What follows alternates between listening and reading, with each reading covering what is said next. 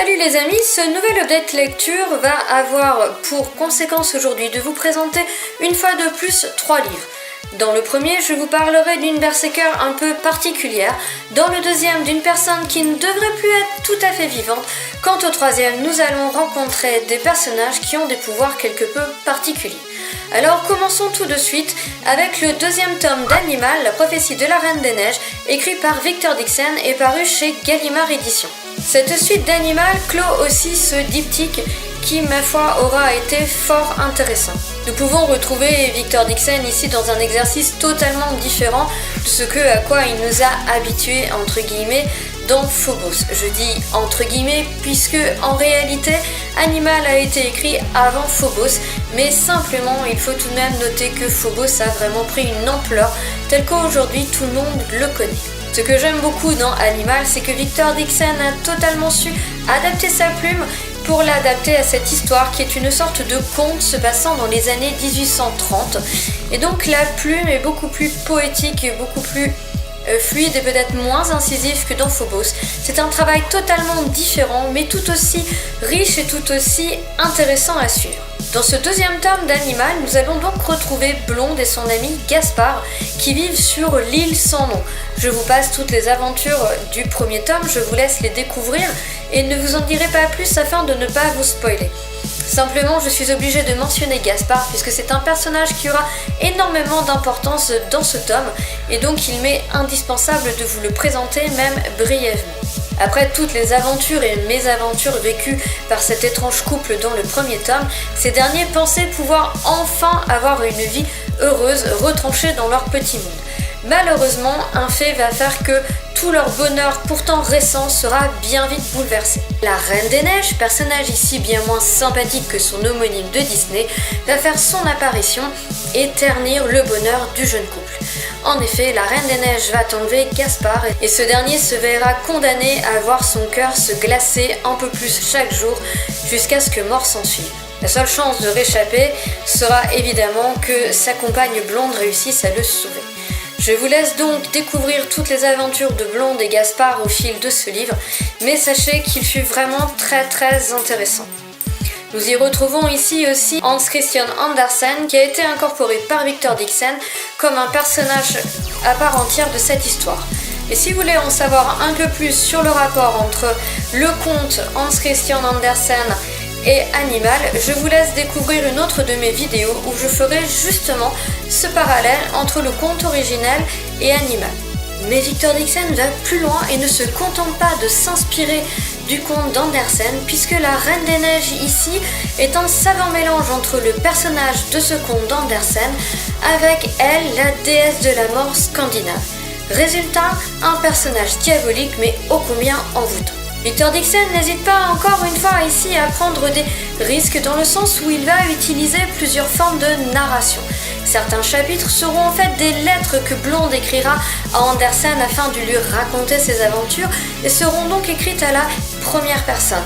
D'autres chapitres seront écrits à la troisième personne et nous permettront de suivre finalement les aventures et mésaventures de Christian Andersen qui partira à la recherche de son ami Blonde et de Gaspard. Je tiens à noter que la lecture de ce deuxième et dernier tome fut tout aussi palpitante que le premier, même si je peux noter quelques longueurs ici qu'il n'y avait pas dans le premier tome, tout simplement parce qu'à plusieurs reprises, en fait, Blonde va se retrouver spectatrice de certains événements. Elle sera que simple témoin impuissante, ne pourra rien faire, et ce rôle d'impuissance que la jeune femme a amène justement ces quelques longueurs à ce récit, mais je vous rassure, vraiment rien de grave puisqu'ici tout reste vraiment magique. L'imagination et le travail de Victor Dixon sont vraiment incroyables, l'auteur est extrêmement documenté, tout est précis, rien n'est laissé au hasard. Bref, vous l'aurez compris, ce diptyque a réellement su me séduire et si vous aimez les histoires aux allures de conte, je ne peux que vous encourager à lire Animal de Victor Dixon. Alors attention, ne cherchez pas le copier-coller avec Phobos, vous ne le trouverez pas. En revanche, si vous cherchez le génie de Victor Dixon, vous le retrouverez ici sous une forme totalement différente.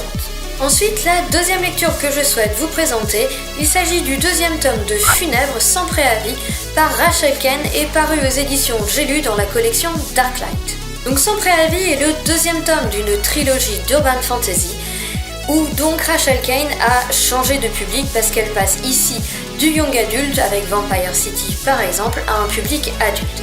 Alors attention, je tiens à nuancer quelque peu mes propos lorsque je vous dis que c'est de l'urban fantasy, puisque en fait ici dans cette trilogie le scénario sera un petit peu particulier. Vous n'allez pas retrouver de surnaturel à proprement parler, puisqu'en fait ce qui peut apparaître ici de bizarre et d'étrange a une explication scientifique. Pour ne pas vous spoiler, je vais donc vous prendre un autre exemple, l'exemple bien connu des zombies. On explique très souvent l'apparition des zombies comme étant le résultat d'une mutation due à un virus ou une bactérie. Eh bien c'est un petit peu la même chose ici, puisque nous avons l'apparition d'un élément étrange et inhabituel qui va être dû, eh bien, on peut dire, aux malversations de la science. Bien évidemment, notre chère Brin va en faire les frais. Alors ce qui m'a attiré à la base dans cette trilogie en réalité, c'était le fait que cela se passait dans des pompes funèbres. Oui, je sais, cela peut prêter à sourire dit comme ça, mais je dois vous dire que cet arrière-plan pour le moins inhabituel a réellement su me séduire. Macabre me direz-vous ? Peut-être, mais j'assume. En attendant, Brin est à la tête des pompes funèbres Davis depuis 6 mois. 6 mois qu'elle a réussi à vivre à peu près calmement depuis les aventures, ou devrais-je dire mésaventures du premier tome. Elle a aussi déménagé ses valises chez son autre ami Patrick McAllister, qui peu à peu va devenir un peu plus qu'un simple ami. Tant qu'à parler de la relation entre Brin et Patrick McAllister, je noterai qu'ici la romance est vraiment intéressante à suivre dans le sens où elle n'est pas lourde pour dessous. Ici, pas de niaiserie, rien de mièvre, rien de lourd, rien de trop oppressant, elle se fait quasi inexistante et dans tous les cas, eh bien, elle n'est absolument pas gênante et surtout, elle est crédible.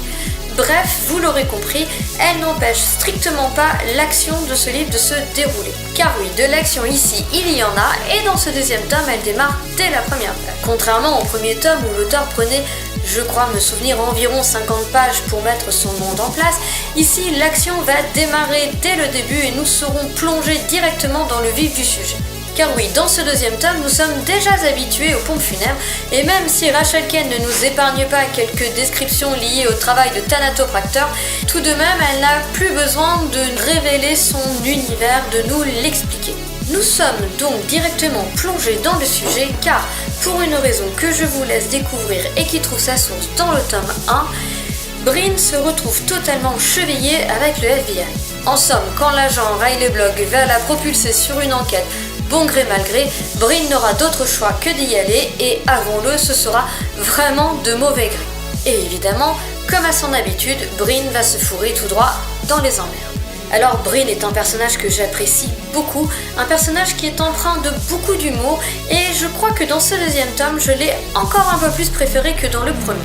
En effet, dans le premier tome, nous rencontrons donc Brin qui prend sa retraite après 4 ans d'armée et qui se dit qu'un boulot dans les pompes funèbres ce serait plutôt pépère et que au moins les patients ne seraient pas chiants. Au moins là-dessus, elle avait raison. Pour ce qui est d'être pépère, pour le reste, malheureusement pour elle, elle s'est encore trompée. Mais que voulez-vous ? Brin a cet art-là. En revanche, je dois noter que dans ce premier tome, parfois je la trouvais un peu trop demoiselle en détresse, mais dans ce deuxième tome, elle se rattrape sacrément bien, d'autant que l'auteur est loin de la ménager, car croyez-moi, Brin va s'en prendre, mais alors plein la tronche. De plus, les relations entre les personnages sont vraiment sympas et le trio formé entre Brin, Patrick McAllister et Joe Fideli est vraiment intéressant à suivre et très attendrissant. Alors attention, lorsque je parle de trio, je ne parle absolument pas de triangle amoureux. Ici, tout est clair, tout est net. Il y a une relation amoureuse et une relation amicale et j'ai beaucoup aimé cette maturité dans les relations entre les personnages qui, c'est vrai, ont quand même au moins la trentaine. Enfin, je crois que Brin a 24 ans, mais ses amis sont tout de même plus âgés. Au final, le seul petit bémol que je pourrais émettre sur cette série, c'est la façon dont Rachel Kane narre ses aventures. En effet, lorsqu'elle nous parle de Brin, elle utilise la troisième personne du singulier et pourtant, elle nous donne pas mal de sentiments de Brin, ce qui fait que je me sentais parfois un peu perturbée, après avoir lu un paragraphe m'exposant les sentiments de Brin, de reprendre ma lecture sur une troisième personne alors que je m'attendais à lire un jeu, tout simplement.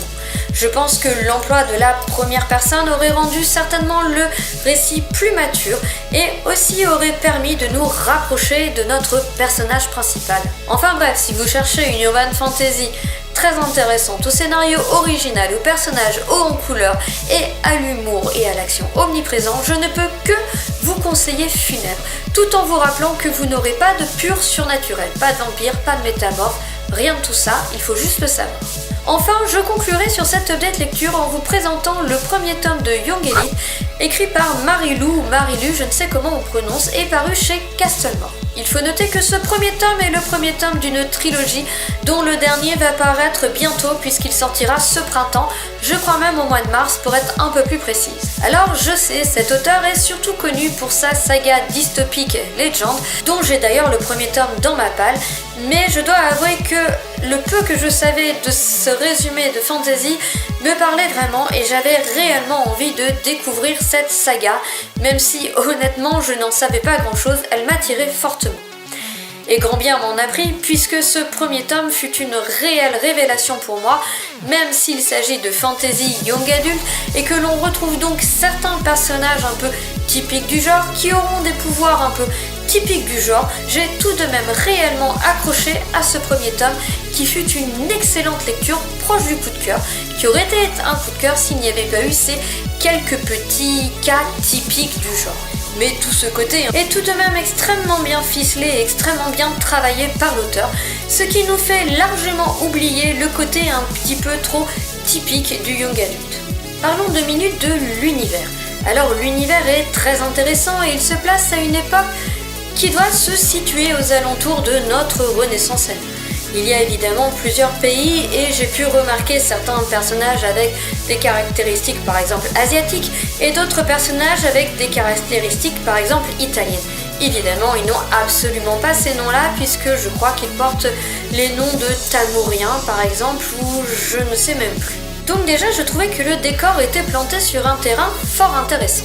Et c'est dans cet univers qu'une terrible maladie aura dévasté les populations en tuant une partie surtout des plus âgés et atteignant une autre partie, exclusivement les plus jeunes, d'une autre manière. En effet, certains des plus jeunes vont se retrouver dits marqués avec des stigmates. Par exemple, la marque de notre héroïne sera d'avoir les cheveux argentés. Alors voilà, cela pourra toucher leurs cheveux, cela pourra toucher la couleur de leurs yeux, ou encore cela pourra être des marques sur leur peau. Mais tous ces jeunes marqués par la maladie sont appelés malfaitos. En fonction des pays, les malfaitos sont plus ou moins bien vus et dans le pays où vit Adelina, les malfaitos ne sont pas bien vus. Surtout s'ils ont le malheur de développer des pouvoirs. Eh bien oui, puisqu'ici, la magie fait partie intégrante de ce récit. Dans le pays d'Adelina, notre héroïne, les malfaitos qui ont des pouvoirs et qui sont appelés les Young Elite sont pourchassés par l'Inquisition. Leur sort, simplement être brûlés vifs, ni plus ni moins. Et évidemment, Adelina, notre héroïne, est une malfaito, mais surtout, elle est une Young Elite. Alors je vous laisse ici découvrir pourquoi les malfaitos et leurs pouvoirs sont aussi mal vus, mais sachez que cela fait tout l'intérêt du roman. Mais revenons aux Young Elite.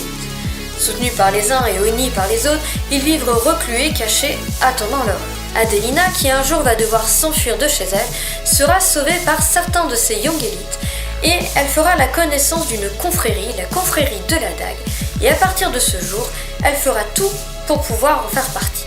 Mais pour pouvoir faire partie de la confrérie de la Dague, il faut être en mesure de maîtriser ses pouvoirs. Et cela est un réel problème pour Adelina. Donc évidemment, je ne veux rien vous révéler sur cette confrérie et ses membres, bien que je vous ai dit en début de chronique que les membres, les personnages étaient assez typiques du young adulte ainsi que leurs pouvoirs. Sachez que être typique n'est absolument pas une insulte, mais que ici, même s'ils sont typiques, tout est extrêmement bien travaillé et tout est extrêmement captivant. Les explications que nous donne l'auteur sont sincèrement intéressantes et on ne peut que avoir envie de tourner les pages pour en savoir toujours un peu plus. Bref, ce livre est totalement addictif. En revanche, Adelina, elle, est tout ce qu'il y a de plus atypique. En fait, elle est très différente du héros habituel et je dirais qu'elle est un sacré pari pour l'auteur. Pourquoi ? Parce que votre héroïne ici n'a rien, mais alors rien de gentil et d'altruiste. Oh non, Adelina a beaucoup souffert et compte bien rendre là pareil aux autres. Gouvernée par la haine et la peur, ses pouvoirs sont terrifiants et le fait qu'elle ne sache pas totalement les contrôler les rend plus terrifiants encore. De fait, lorsqu'elle se laisse submerger par de violentes émotions, ses pouvoirs peuvent entraîner de sacrées catastrophes. Bref, vous l'aurez compris, Adelina est loin d'être une caricature et surtout, elle est loin d'être une héroïne. Alors pourquoi est-elle aussi attachante ? Eh bien simplement parce que, à côté de cette haine et de cette peur, elle a aussi beaucoup de bonté et de passion, et donc dans son cœur se disputent ces deux côtés d'elle-même, ce qui la rend sincèrement attendrissante. Et surtout, on se rend très vite compte que Adelina va être un personnage particulièrement évolutif. Du côté de l'intrigue, je dois noter que j'ai très apprécié le fait que l'auteur ose faire prendre à son récit des tournants auxquels on ne s'attend pas du tout. Même si parfois cela a été un peu dur à accepter, puisque Marie-Lou n'est vraiment pas ce genre d'auteur qui ménage ses personnages. Bref, c'est ce genre d'auteur sadique qui aime mettre son lectorat en frustration totale, notamment sur la fin, puisque cette fin ne vous donne qu'une seule envie, c'est de vous jeter sur la suite. Alors sincèrement, si vous aimez la fantasy ou que vous souhaitez la découvrir, n'hésitez pas à vous jeter sur Young Elite. En effet, comme il s'agit d'un young adulte, l'univers est assez facile à comprendre, les pouvoirs, les personnages, tout est assez facile à appréhender. Donc lorsque l'on veut commencer la fantasy, c'est idéal. Mais même si on adore la fantasy, cela vaut vraiment le détour, puisque l'univers, l'histoire et les personnages sont vraiment fort sympathiques. Enfin bref, c'est sur un rythme effréné que Marie-Lou va vous emmener dans les aventures et les mésaventures d'Adelina. Alors voilà, j'en ai fini avec cette chronique. Il ne me reste donc plus qu'à vous souhaiter une très bonne journée, de très bonnes lectures, et je vous dis à bientôt. Ciao, bye! Pour conclure cette update lecture, je vous ferai remarquer à quel point le tournage des vidéos est une épreuve intense pour la fratrie canine à mes côtés, qui sont 3 aujourd'hui puisque je garde la chienne de mon père.